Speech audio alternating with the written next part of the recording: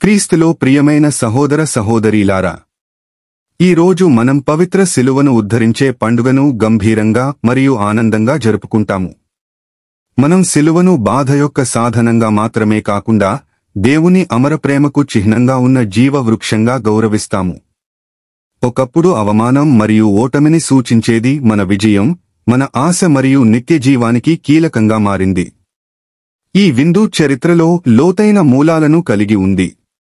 క్రీస్తు 326లో కాన్స్టాంటైన్ చక్రవర్తి తల్లి Saint Helena జెరూసలేంకు ప్రయాణించింది.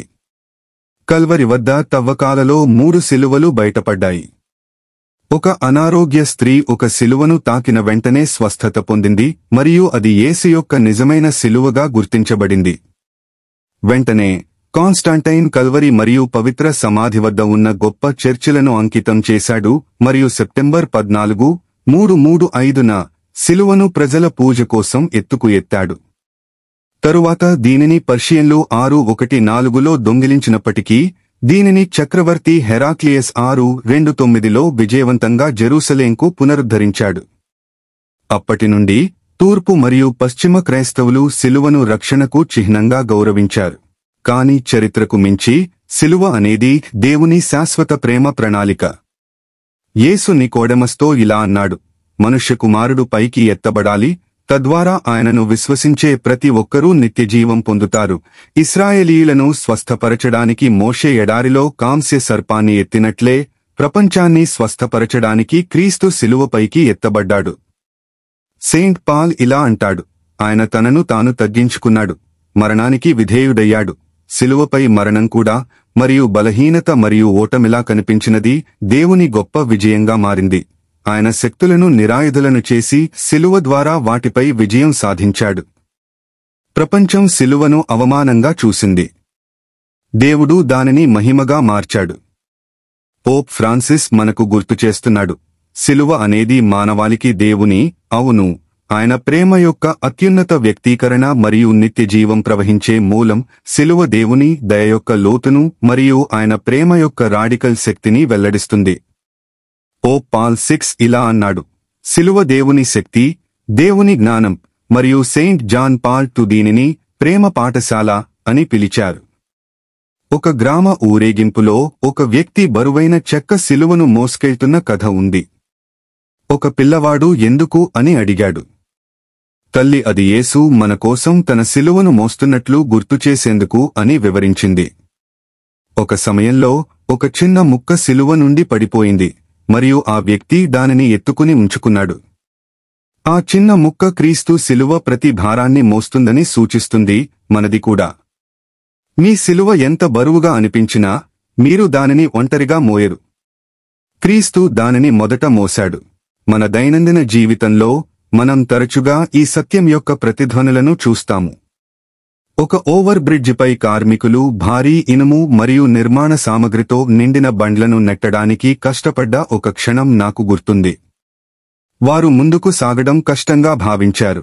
అయినప్పటికీ మరికొందరు సైకిల్ రైడర్లు ఆగి భారాన్ని మోయడానికి సహాయం చేసి మద్దతు మరియు సంఘీభావాన్ని అందించారు.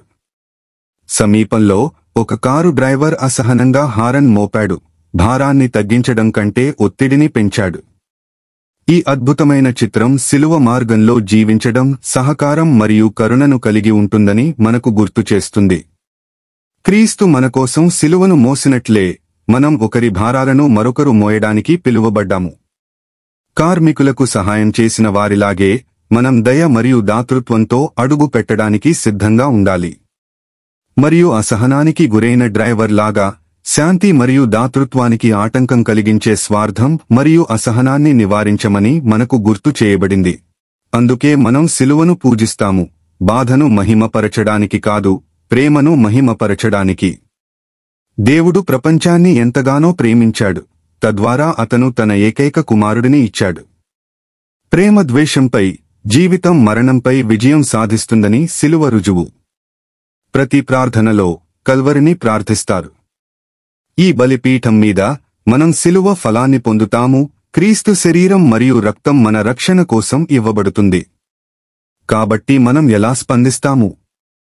యేసు మనకు ఇలా చెబుతాడు: ఎవరైనా నన్ను వెంబడించాలనుకుంటే అతను ప్రతిరోజూ తన సిలువను తీసుకుని నన్ను అనుసరించాలి. సిలువ చరిత్రలో ఒక సంఘటన మాత్రమే కాదు, ఇది శిష్యరికం యొక్క రోజువారీ మార్గం. మనం మన బాధలను అంగీకరించినప్పుడు, వాటిని క్రీస్తుతో ఏకం చేసినప్పుడు, మరియు ఆయన కృప వాటిని రూపాంతరం చెందనివ్వండి, అవి పవిత్రత మరియు ప్రేమకు మూలంగా మారతాయి. మన సిలువలను ఎదుర్కొంటున్నప్పుడు మన చుట్టూ ఉన్నవారికి సహాయకరమైన సహచరులుగా ఉండాలని, భారాలను తగ్గించుకోవడం, సహనాన్ని అందించడం మరియు ప్రేమ మరియు సహకార చర్యల ద్వారా సువార్తను జీవించడం కూడా గుర్తుంచుకోవాలి.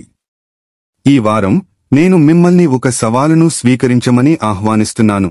ప్రతిరోజూ ధైర్యం మరియు ప్రేమతో స్పృహతో మీ సిలువను మోయండి. ప్రార్థనలో సిలువను ఒక్క క్షణమైనా చూడండి మరియు గుర్తుంచుకోండి, బాధ ద్వారా కొత్త జీవితం వస్తుంది మరియు మరణం ద్వారా విజయం వస్తుంది. మనం ప్రార్థిద్దాం. ప్రభువైన యేసు, ప్రజలందరినీ మీ వైపుకు ఆకర్షించడానికి మీరు సిలువపై ఎత్తబడ్డారు. విశ్వాసంతో మా సిలువలను స్వీకరించడానికి, మా భారాలను కృపగా మార్చడానికి మరియు ప్రపంచంలో మీ ప్రేమ మరియు శాంతి యొక్క సాధనాలను చేయడానికి మాకు సహాయం చేయండి. దయ మరియు ఓర్పుతో ఒకరినొకరు ఆదరించడానికి ఇష్టపడే హృదయాలను మాకు ఇవ్వండి. ఆమెన్. కాబట్టి సోదరీమణులారా, మన కళ్లను సిలువపై ఉంచుదాం, క్రీస్తుతో ఐక్యంగా ఉన్న మన స్వంత సిలువలతో నడుద్దాం మరియు ప్రపంచానికి ప్రకటిస్తాం. సిలువ విజయం, సిలువ ప్రేమ, సిలువ మన రక్షణ. అవర్ లేడీ ఆఫ్ సారోస్ మరియు సెయింట్ హెలెనా మమ్మల్ని నడిపించుగాక మరియు సర్వశక్తిమంతుడైన దేవుడు మిమ్మల్ని ఆశీర్వదించుగాక. తండ్రి, కుమారుడు మరియు పరిశుద్ధాత్మ. ఆమెన్.